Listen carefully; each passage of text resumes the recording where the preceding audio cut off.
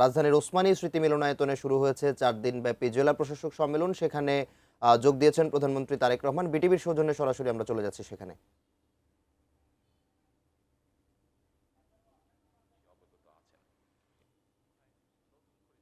কিছু বলার নেই। তবে এটি যেহেতু বর্তমান গণতান্ত্রিক সরকারের সঙ্গে আপনাদের প্রথম আনুষ্ঠানিক বৈঠক, সেহেতু সরকারের গৃহীত নীতিমালা এবং জনপ্রশাসন সম্পর্কে সরকারের কিছু পদক্ষেপ বা পর্যবেক্ষণ এবং নির্দেশনা নিয়ে মূলত আমি আপনাদের সামনে কয়েকটি কথা তুলে ধরতে চাই বা বলতে চাই। একটি দেশের জনপ্রশাসনে পদোন্নতি কিংবা পোস্টিং এর জন্য যতগুলি প্রশাসনিক পদ রয়েছে, প্রতিটি পদই রাষ্ট্র এবং সরকারের জন্য অবশ্যই প্রয়োজনীয় এবং গুরুত্বপূর্ণ। সুতরাং শুধুমাত্র পদোন্নতি কিংবা নিজেদের পছন্দের জায়গায় পোস্টিং এর জন্য পেশাদারিত্বের সঙ্গে আপোষ করলে সংশ্লিষ্ট কর্মকর্তারা সাময়িকভাবে হয়তো লাভবান হতে পারেন, তবে সেটি আমি ব্যক্তিগতভাবে যেটা মনে করি, তবে সেটি সার্বিকভাবে জনপ্রশাসনের দক্ষতা এবং নিরপেক্ষতার উপরে একটা নেতিবাচক প্রভাব ফেলে। সুতরাং জনপ্রশাসনের কর্মকর্তাদের সব পদেই কাজ করার মানসিকতা থাকা জরুরি। কেন জরুরি আমি এক্ষুনি আপনাদের সামনে সেটি বলবো। সবসময় নিজেদের পছন্দের পদে পদায়ন কিংবা পোস্টিং পাওয়ার মানসিকতাই কিন্তু জনপ্রশাসনকে হয়তোবা দুর্নীতিপরায়ণ এবং অপেশাদার করে তোলার অন্যতম একটি কারণ।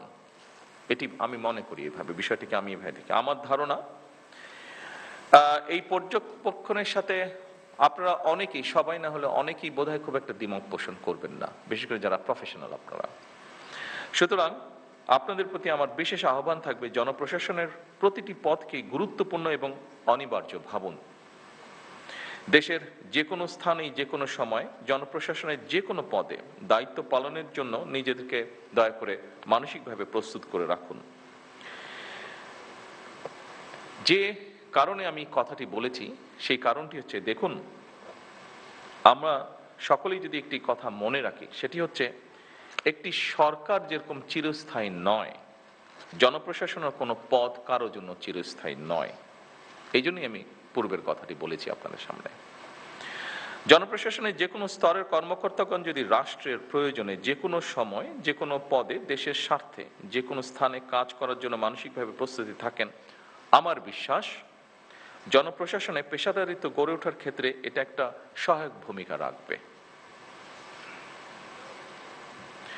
সম্মানিত সকল উপস্থিতিবৃন্দ, একটি গণতান্ত্রিক সরকার নির্বাচিত করেছে বিগত 12 তারিখের নির্বাচন সরাসরি এই দেশের জনগণ সরাসরি ভোটের মাধ্যমে।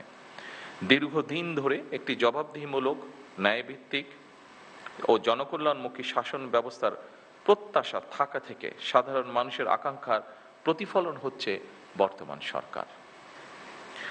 স্বাভাবিকভাবেই জনগণ সরকারের প্রতিটি কাজের মাধ্যমে তাদের আকাঙ্ক্ষার একটি বাস্তব প্রতিফলন দেখতে চাইবে। সরকারের নীতি ও পরিকল্পনা বাস্তবায়নের ক্ষেত্রে আপনারা, যা আগের বক্তাগণ উল্লেখ করে গেছেন তাদের বক্তব্যে, আপনারা বিশেষ করে বিভাগীয় কমিশনার এবং জেলা প্রশাসকগণই জনগণের সঙ্গে সরকারের প্রধান সেতু বন্ধন। আপনাদের সততা, কর্মদক্ষতা এবং দায়বদ্ধতার উপরে সরকারের গৃহীত কার্যক্রমের সাফল্য বলা যায় প্রায় পুরোটাই নির্ভর করে। সম্মানিত সকল উপস্থিতিবৃন্দ, দেশের বর্তমান রাজনৈতিক, অর্থনৈতিক, সামাজিক ব্যবস্থা সম্পর্কে আমার মনে হয় আপনারা ভালোভাবে অবগত আছেন।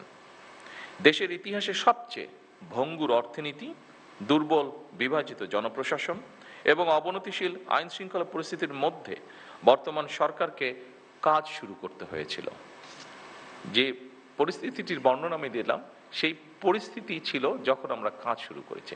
অবশ্যই আমি দৃঢ়ভাবে বিশ্বাস করি আপনাদের সহযোগিতায় অনেকখানি সেই পরিস্থিতির আমরা পরিবর্তন করতে সক্ষম হয়েছে এই 2.5 মাসে। তবে সম্পূর্ণভাবে সেটি এখনো পরিবর্তিত হয়নি। ফ্যাসিবাদী শাসন আমলে দুর্নীতি, লুটপাট রাষ্ট্র এবং জনগণকে ঋণগ্রস্ত করে ফেলেছিল। সেই শাসন আমল 30 লক্ষ কোটি টাকা ঋণের বোঝা নিয়েই বর্তমান সরকার যাত্রা শুরু করেছে। আপনারা কম বেশি ধারণা অবশ্যই আপনাদের আছে যে আমরা দেখেছি বিগত সরকারের সময় দেশকে একটা আমদানি নির্ভর রাষ্ট্রে পরিণত করে ফেলা হয়েছিল। বিভিন্ন স্ট্যাটিস্টিক্স যেটা বলে, দেশে দারিদ্র্য বেড়েছে, দেশে বেকারত্ব বেড়েছে, নতুন কর্মসংস্থান হয় নাই বললেই চলে। প্রতিটি সাংবিধানিক এবং বিধিবিদ্ধ প্রতিষ্ঠানকে বলা যায় অকার্যকর করে ফেলা হয়েছিল। আপনারা মনে হয় তার সবচেয়ে বড় উদাহরণ, যেহেতু আপনার প্রশাসনে বিভিন্ন জায়গায় আছেন, বিভিন্ন জায়গায় কাজ করছেন। বিচার বিভাগ, নির্বাচন কমিশন, দুদক সবকিছুই ছিল অকার্যকর। শিক্ষা, স্বাস্থ্য সব সেক্টরই বলা যায় ভঙ্গুর অবস্থা। অপরদিকে বর্তমানে যুদ্ধ পরিস্থিতি ও নতুন সরকারের সামনে একটি চ্যালেঞ্জ হয়ে দাঁড়িয়েছে। যুদ্ধ পরিস্থিতি থেকে হয়তো এই মুহূর্তে পৃথিবীর কোনো দেশই রক্ষা পায়নি, সব দেশই কম বেশি এফেক্টেড হয়েছে, বাংলাদেশে এফেক্টেড হয়েছে। তবে জনগণের ভোগান্তি না বাড়িয়ে আমরা সকলে মিলে কিভাবে পরিস্থিতির মোকাবেলা করা যায় সেটি হচ্ছে আমাদের চেষ্টা বা অব্যাহত চেষ্টা সেটা, এবং আপনাদের সহযোগিতায় সেই চেষ্টা আমরা অব্যাহত রেখেছি।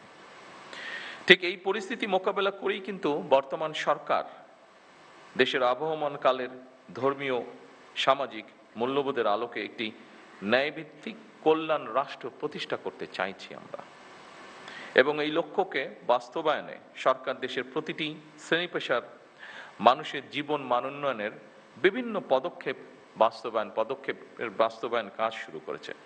সরকার ইতিমধ্যে একটি নীতিমালার ভিত্তিতে জনপ্রশাসন অর্থাৎ আপনাদের মাধ্যমেই কৃষক কার্ড, ফ্যামিলি কার্ড, স্পোর্টসের যে বিষয়টি সহ দেশে ইমাম, মুয়াজ্জিম এবং অন্যান্য ধর্মীয় গুরুদেরকেও প্রতি মাসে আমরা সম্মানের যে ব্যবস্থা করেছি সেই কার্যক্রমগুলি শুরু হয়েছে, যা শুরু করেছি আমরা আপনাদের মাধ্যমে। সম্মানিত উপস্থিতিবৃন্দ, দলমত নির্বিশেষে রাষ্ট্র ও সমাজের প্রত্যেকটা মানুষকে রাষ্ট্রীয় সামাজিক নিরাপত্তা বেষ্টনীর মধ্যে নিয়ে আসাই হচ্ছে আমাদের বর্তমান সরকারের লক্ষ্য। আপনারা বিধিবদ্ধ নিয়ম মেনে জনগণের জন্য সরকারের গৃহীত সেই কর্মসূচিগুলিকে সুচারিতভাবে বাস্তবায়ন করবেন, এটিই কিন্তু জনপ্রশাসনের কাছে সরকারের প্রত্যাশা। সরকারের পরিকল্পনা অনুযায়ী প্রথমে নির্ধারিত এবং নির্বাচিত প্রতিটি সেক্টরের মানুষের কাছে সরকারের গৃহীত বিভিন্ন ধরনের সহায়তা বা সহযোগিতা আপনারা দয়া করে পৌঁছে দেবেন। দেশকে বন্যা খরা থেকে মুক্ত রেখে সরকার সুষ্ঠু পানি ব্যবস্থার মাধ্যমে প্রায় সারা বছর কৃষকদের সেচ সুবিধাও নিশ্চিত করতে চায়, এবং এই লক্ষ্যেই সরকার এক্সকাভেটর যেটি আছে, মেশিনটি যেটি আছে, এটার পরিবর্তে জনগণকে যতটুকু সম্ভব সম্পৃক্ত করে সারা দেশে আমাদের যে 20,000 কিলোমিটার খাল খননের পরিকল্পনা রয়েছে আগামী 5 বছর, এই কাজটি আমরা করতে চাইছি। কারণ মেশিনের পরিবর্তে আমরা যদি যতটুকু সম্ভব মানুষকে সম্পৃক্ত করি, আমরা কৃষিপ্রধান বাংলাদেশকে পুনরায় কৃষি বিপ্লবের দিকে নিয়ে যেতে চাই। এর বাইরেও জনগণকে সম্পৃক্ত করা গেলে খাল খনন একটা সাময়িক কর্মসংস্থানেরও কিন্তু ব্যবস্থা হবে বহু মানুষের জন্য। এর বাইরেও জনগণের মধ্যে সামাজিক সংহতি এবং সম্প্রীতি সৃষ্টিতেও এই খাল খনন ভূমিকা রাখবে, যার প্রতিফলন বা যার বাস্তবায়ন আমরা অতীতেও দেখেছি। সেজন্যই আমরা এটি করতে চাইছি। সম্মানিত উপস্থিতিবৃন্দ, একটা বিষয় আমি আরেকটু পরিষ্কার করে আপনাদের সামনে তুলে ধরতে চাই। নির্বাচনী ইশতেহার এবং জনগণের সামনে স্বাক্ষরিত যে জুলাই সনদ, আমরা সেই সকল কিছুর অর্থাৎ আমাদের ম্যানিফেস্টো এবং জুলাই সনদ, এটার প্রতিটি দফা, প্রতিটি অঙ্গীকার পর্যায়ক্রমে আমরা বাস্তবায়ন করতে চাই। আমরা এই ব্যাপারে বদ্ধপরিকর।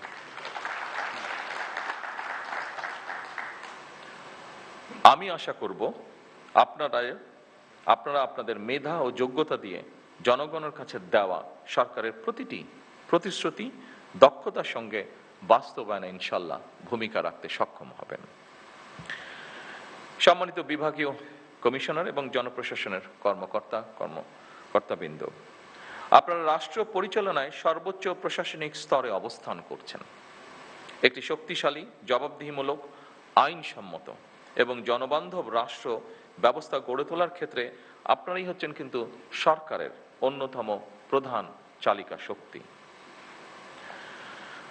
সুশাসন বর্তমান সরকারের রাষ্ট্র পরিচালনার মূল ভিত্তি আমরা করতে চাইছি।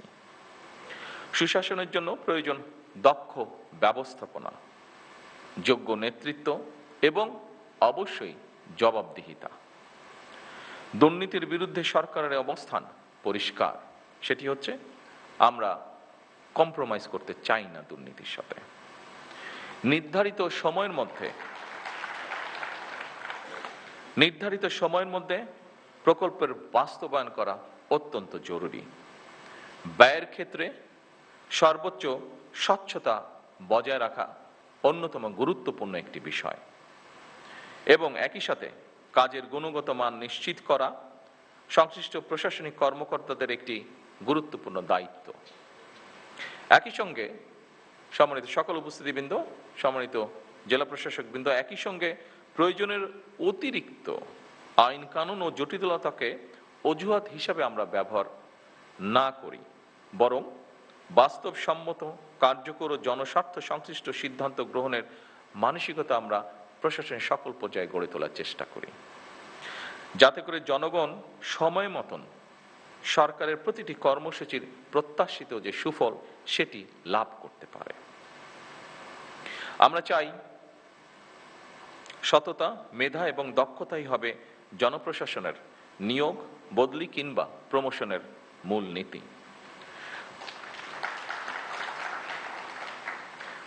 স্বচ্ছতা এবং দ্রুততার সাথে শূন্য পদে জনবল নিয়োগ, শক্তিশালী পাবলিক সার্ভিস কমিশন গঠন, বেসরকারি সার্ভিস রুল প্রণয়ন সহ সর্বত্র প্রশাসনিক কাঠামোর কার্যকারিতা ও জবাবদিহিতা নিশ্চিত করতে সরকার কিন্তু দৃঢ় প্রতিজ্ঞ। সম্মানিত জেলা প্রশাসকবৃন্দ, সম্মানিত সকল উপস্থিতিবৃন্দ, কমিশনারবৃন্দ, বিশ্ব এখন আর্টিফিশিয়াল ইন্টেলিজেন্সের যুগে প্রবেশ করেছে, এ ব্যাপারে আমরা সবাই ওয়াকিফাল। সুতরাং বৈশ্বিক প্রতিযোগিতায় যদি টিকে থাকতে হয় তাহলে অবশ্যই জনপ্রশাসনের কর্মকর্তাদেরকেও কিন্তু সময়ের সঙ্গে মোকাবেলায় নিজেদেরকে প্রস্তুত রাখতে হবে। আমি শিওর আপনারা এই ব্যাপারে সচেতন আছেন এবং সে ব্যাপারে নিজেদেরকে প্রস্তুত করে তুলছেন। চতুর্থ বিপ্লবের এই যুগে কৃত্রিম বুদ্ধিমত্তা, অটোমেশন এবং ডিজিটাল প্রযুক্তির মাধ্যমে জনপ্রশাসনের কার্যক্রমকে আরো কিভাবে সময় উপযোগী, দক্ষ, স্বচ্ছ এবং জবাবদিহি করা যায়, এটি বোধহয় আমাদের এখন চিন্তা করা উচিত হবে।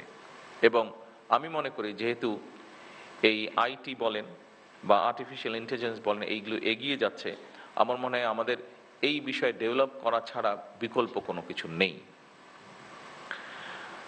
সম্মানিত সকল উপস্থিতিবৃন্দ, এই সম্মেলন কেবল আনুষ্ঠানিক মত বিনিময়ের জায়গা হওয়া উচিত নয়, বরং এটি এমন একটি পরিসর যেখানে মাঠ প্রশাসনের বাস্তব অভিজ্ঞতা, সীমাবদ্ধতা, প্রয়োজন এবং উদ্ভাবনী চিন্তা সরাসরি জাতীয় পর্যায়ে সিদ্ধান্ত প্রক্রিয়ায় প্রতিফলিত হতে পারে বা হওয়া উচিত। আপনারা মাঠ পর্যায়ে সরকারের প্রশাসনিক অ্যাম্বাসেডর। দ্রব্যমূল্য নিয়ন্ত্রণ, বাজারের শৃঙ্খলা বজায় রাখা, কৃষকের ন্যায্য মূল্য নিশ্চিত করা অত্যন্ত জরুরি। ইচ্ছে মতন যাতে কেউ নিত্য প্রয়োজনীয় পণ্যের মূল্য বাড়াতে না পারে, কিংবা যে টেন্ডেন্সিটা আমরা দেখি বিভিন্ন সময় মজুতদারি বা কারসাজির মাধ্যমে বাজারে অস্থিতিশীলতা সৃষ্টি করতে না পারে, কোনো ধরনের সিন্ডিকেট বা কৃত্রিম সংকট সৃষ্টির অপচেষ্টা কেউ করতে না পারে, এই জন্য নিয়মিত বাজার তদারকি জোরদার করা প্রয়োজন।